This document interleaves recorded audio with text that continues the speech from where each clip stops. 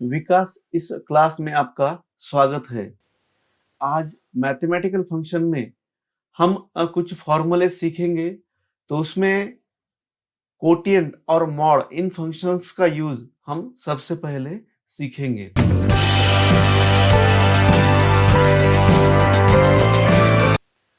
तो इन फंक्शन को सीखने के लिए मैंने एक एग्जांपल लिया है। तो उस एग्जांपल में मैंने एक कंपनी का प्रोडक्शन का डाटा लिया है। तो इस कॉलम में डेट्स दी हुई है। उस कंपनी का जो प्रोडक्शन है, तो प्रोडक्शन का डाटा यहाँ दिया है।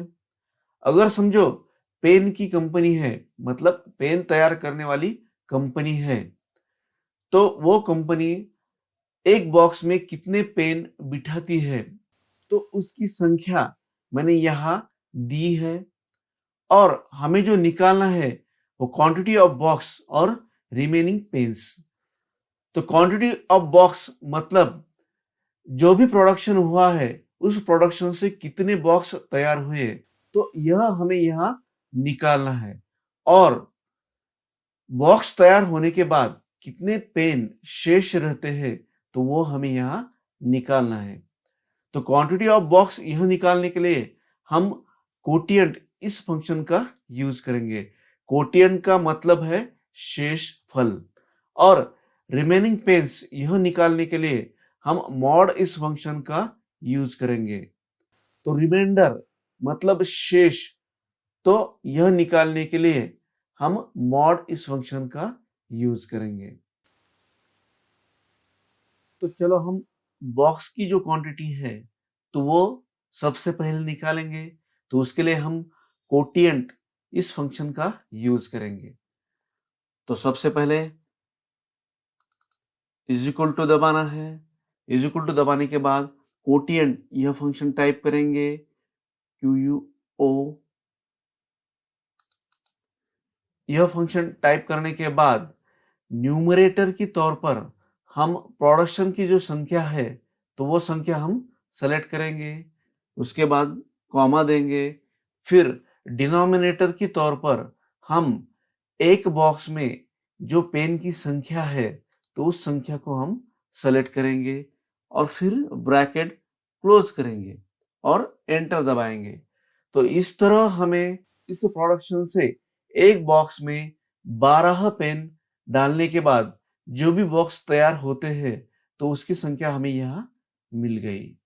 यही फॉर्मूला अगर हम ड्रैग करते हैं तो हमें हर डेट की जो भी तैयार हुए बॉक्स की क्वांटिटी यहाँ हमें मिल जाएगी।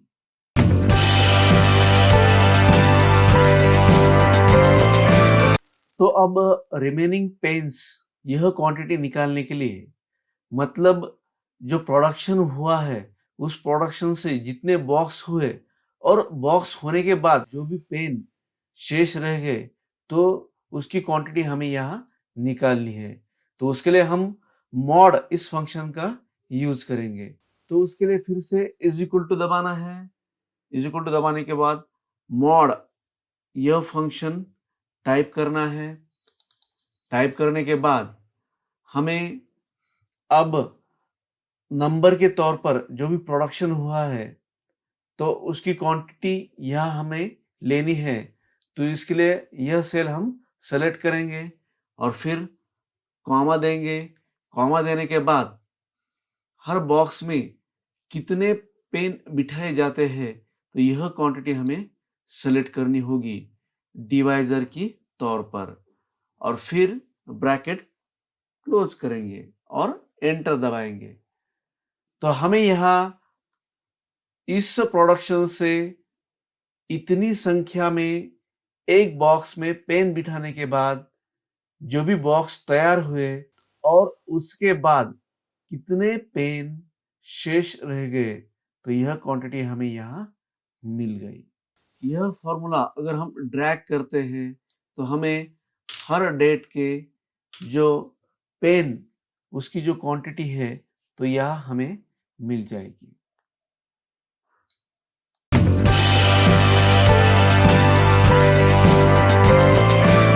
एक्सेल में मैथ फंक्शंस में हम दूसरा जो फॉर्मूला लेने वाले हैं वो है एवरेज।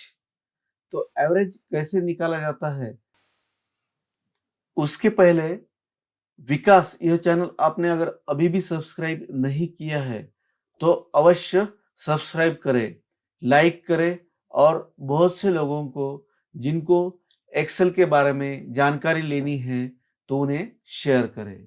तो एवरेज कैसे निकाला जाता है, तो उसके लिए मैंने एक एग्जांपल लिया है जिसमें नेम इस कॉलम में मैंने बच्चों के नाम दिए हैं और टेस्ट 1, टेस्ट 2 और टेस्ट 3 इन कॉलम्स में मैंने उन बच्चों ने जो मार्क्स लिए हैं तो उसका डाटा दिया है। तो हमें हर बच्चे का जो एवरेज है, मार्क्स का जो एवरेज है तो वो हमें निकालना है। तो उसके लिए हम क्या करेंगे, तो उसके लिए फिर से इज इक्वल टू दबाना है। इज इक्वल टू दबाने के बाद एवरेज यह फंक्शन टाइप करेंगे, AVER एवरेज। यह फंक्शन टाइप करने के बाद हमें जो भी मार्क्स है तो सभी मार्क्स हमें जिनका एवरेज निकालना है तो वह सभी मार्क्स हमें यहाँ सेलेक्ट करने हैं। तो उसके लिए हम ये मार्क्स का डाटा सेलेक्ट करेंगे और फिर ब्रैकेट क्लोज करेंगे और एंटर दबाने के बाद हमें यहाँ जो शाम इस बच्चे ने लिए हुए जो मार्क्स है तो उनका एवरेज हमें यहाँ मिल गया। अगर यही फॉर्मूला हम ड्रैग करते हैं तो सभी बच्चों का हमें मार्क्स का एवरेज यहाँ मिल जाएगा।